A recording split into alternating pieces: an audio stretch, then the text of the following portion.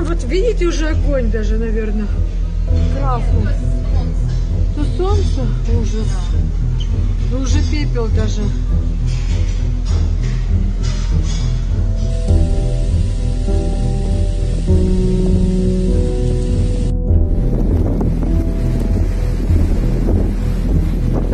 Il y a eu des augmentations de radioactivité supérieures à la normale et qui ont été mesurées à Kiev. Ceci étant, ça reste très faible. Les niveaux d'activité qui ont été mesurés dans l'air sont de l'ordre du millibecquerel, c'est-à-dire 1 millième de becquerel par mètre cube. Mais en tout cas, les doses qui peuvent en résulter si on respire cet air-là, elles sont absolument insignifiantes. Ce qu'il y a dans les arbres et l'activité également sur la litière du sol, les aiguilles par exemple, des choses comme ça qui peuvent brûler, ça part en fumée et la fumée, l'activité qui est contenue dans les arbres, part dans l'air. Un pompier qui va inhaler de l'air contaminé par les arbres peut recevoir des doses qui restent quand même très faibles. Donc le danger il existe, mais pour la santé il est très faible, y compris pour les gens qui sont au front du feu. En fait, on n'a pas beaucoup de crainte sur la centrale elle-même, parce que d'abord la centrale est arrêtée.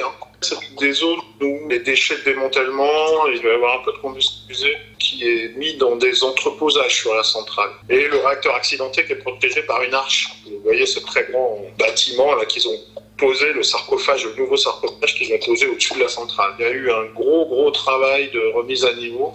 Ce sont des installations modernes, des installations bétonnées. Ça ne peut pas prendre feu comme ça. Et donc il faudrait que le feu envahisse carrément l'intérieur des installations. Ça paraît très peu probable. Le principal problème qu'on peut se poser, c'est qu'il y a des dépôts de déchets dans la zone qui datent de Tchernobyl, qui datent de l'accident, de 86, notamment des déchets en tranchées, enterrés, etc. Il y a un certain nombre de stockage. Ce qui s'est passé, c'est qu'au départ, il y a eu un dépôt très important. Ils ont coupé la forêt, etc. Il y a beaucoup de dépôts, justement, avec des troncs d'arbres qui ont été enterrés parce qu'ils étaient très radioactifs. Et finalement, la radioactivité qui s'est déposée s'est retrouvée dans le sol.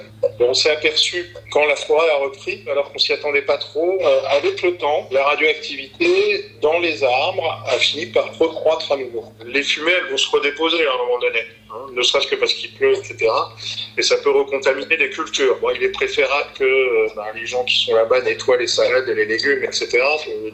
Simplement en les lavant, ça permet d'enlever la radioactivité. Là encore, on a fait des estimations où on serait quand même à des niveaux d'exposition très faibles. Il peut y avoir des quantités très faibles dans l'air qui, elles, vont rester dans l'air et se balader très loin, y compris jusqu'en France.